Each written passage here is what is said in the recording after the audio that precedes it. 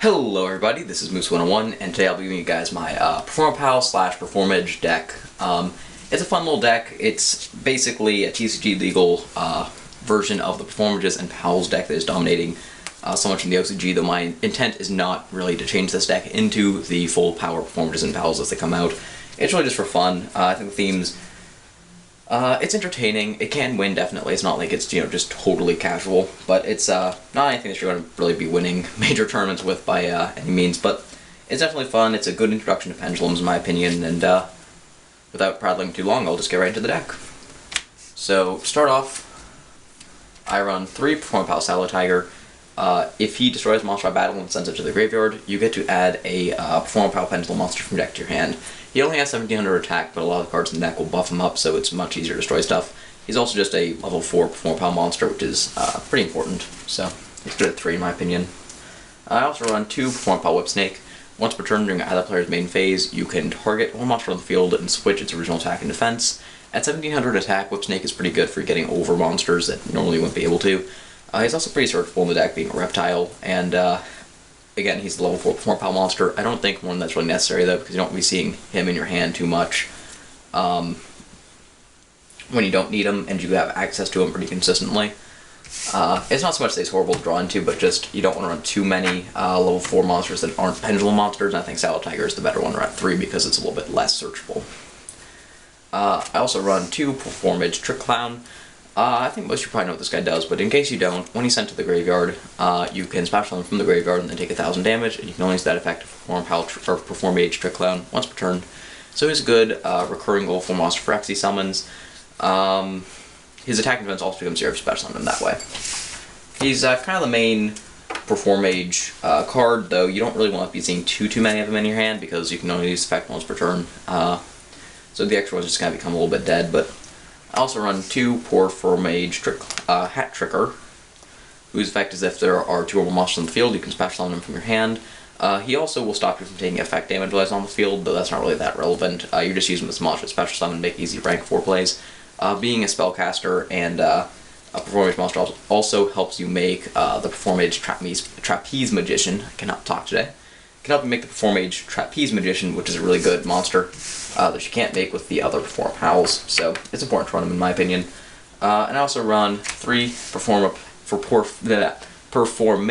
Damage Juggler. Going between Performapal and Performage is going to be an absolute headache.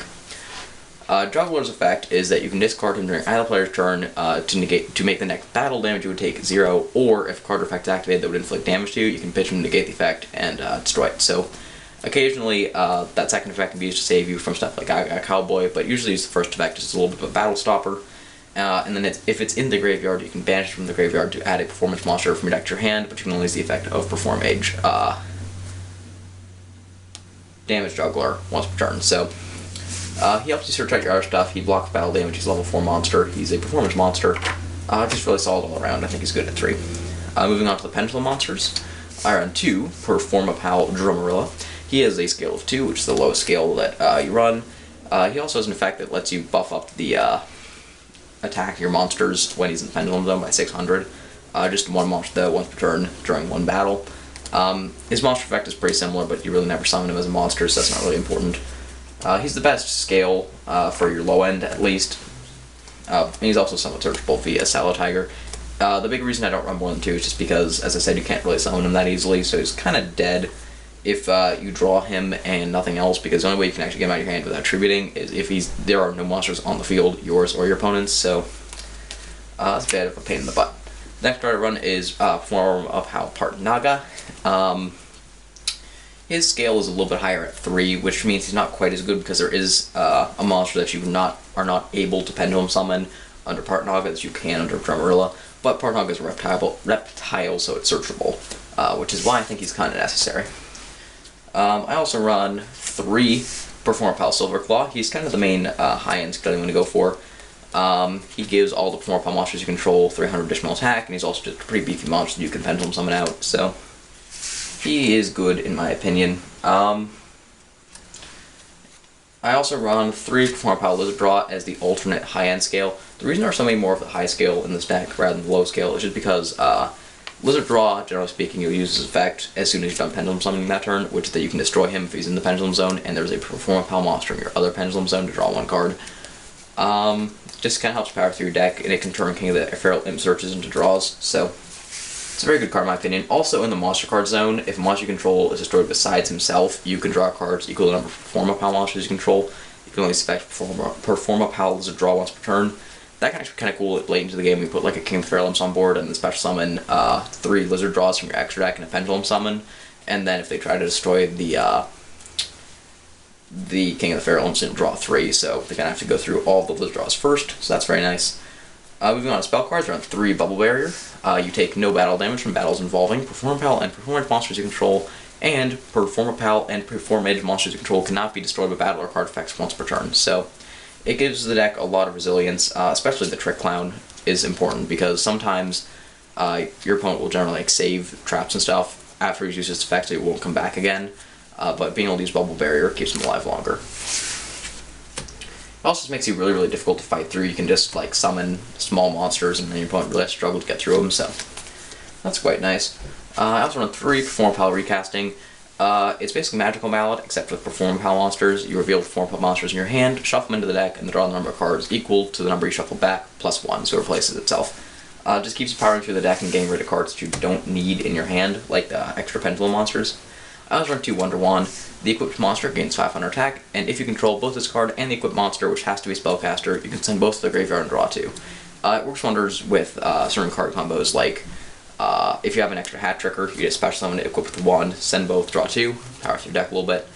Or you can use it with a Trick Clown and just summon the Trick Clown, equip it with Wonder Wand, send both, draw 2, special summon the Trick Clown defense and pass turn. Or if you have a Hat Tricker, you can probably special summon it and then make an Xyz play. So fun stuff with Wonder Wand. You don't want to run more than 2 though, because you get cloggy. Just 2 MSTs, pretty standard. And 1 Raigeki, also pretty standard. The deck doesn't have too much destroying removal within it, so I think Raigeki is pretty good. Moving on to traps, I run 2 Mirror Force. You're running quite a few monsters that you need to kind of keep safe, but don't really keep themselves safe at all. So your opponent generally won't like waste things like 101 or Castel trying to clear like a King of the Feral Imps or something. So Mirror Force is really a solid defensive card for that case. For those situations, I should say. 1 Fiendish Chain. I just think it's a solid trap card. Run at 1. I like, again, you run a lot of monsters that need to keep alive who aren't really the highest in attack, so being able to do something like if they summon a construct and like breakthrough scaling it isn't really going to help you because they'll still get over your King of the Feral Imps. I also run 1 Vanity's Emptiness, 1 Bottomless Trap Hole, 1 Torrential Tribute, 1 Compulsory Evacuation Device, and 1 Solemn Warning. And that is it for the main deck. I will now be moving on to the extra deck. So to start off, I run 1 Mechquipped Angineer and 1 Wind-Up Zenmaines as the only rank 3 monsters. You can make them with Lizardraws, which is actually a surprisingly common occurrence just because you search them and then destroy them and start drawing, and you can Pendulum summon them back out later.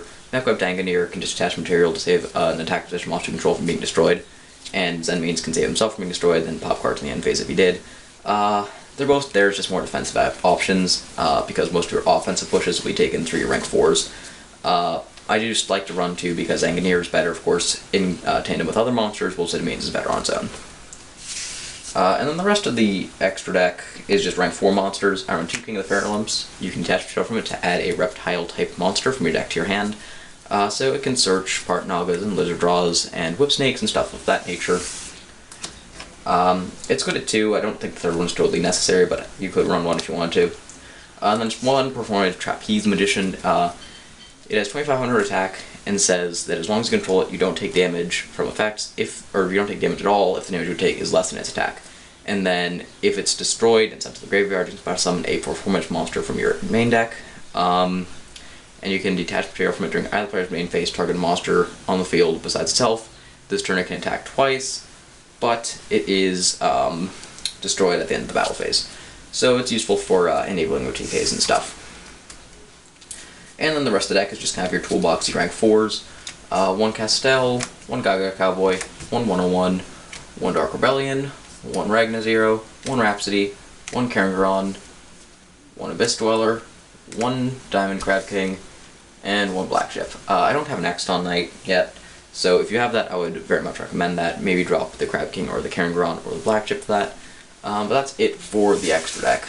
So really the goal of this deck is start drawing, powering through your deck, searching cards, making rank 4 plays, and get to your traps quickly. Even though you don't run that many, it's good to see as many as you can by just drawing and drawing and drawing and drawing.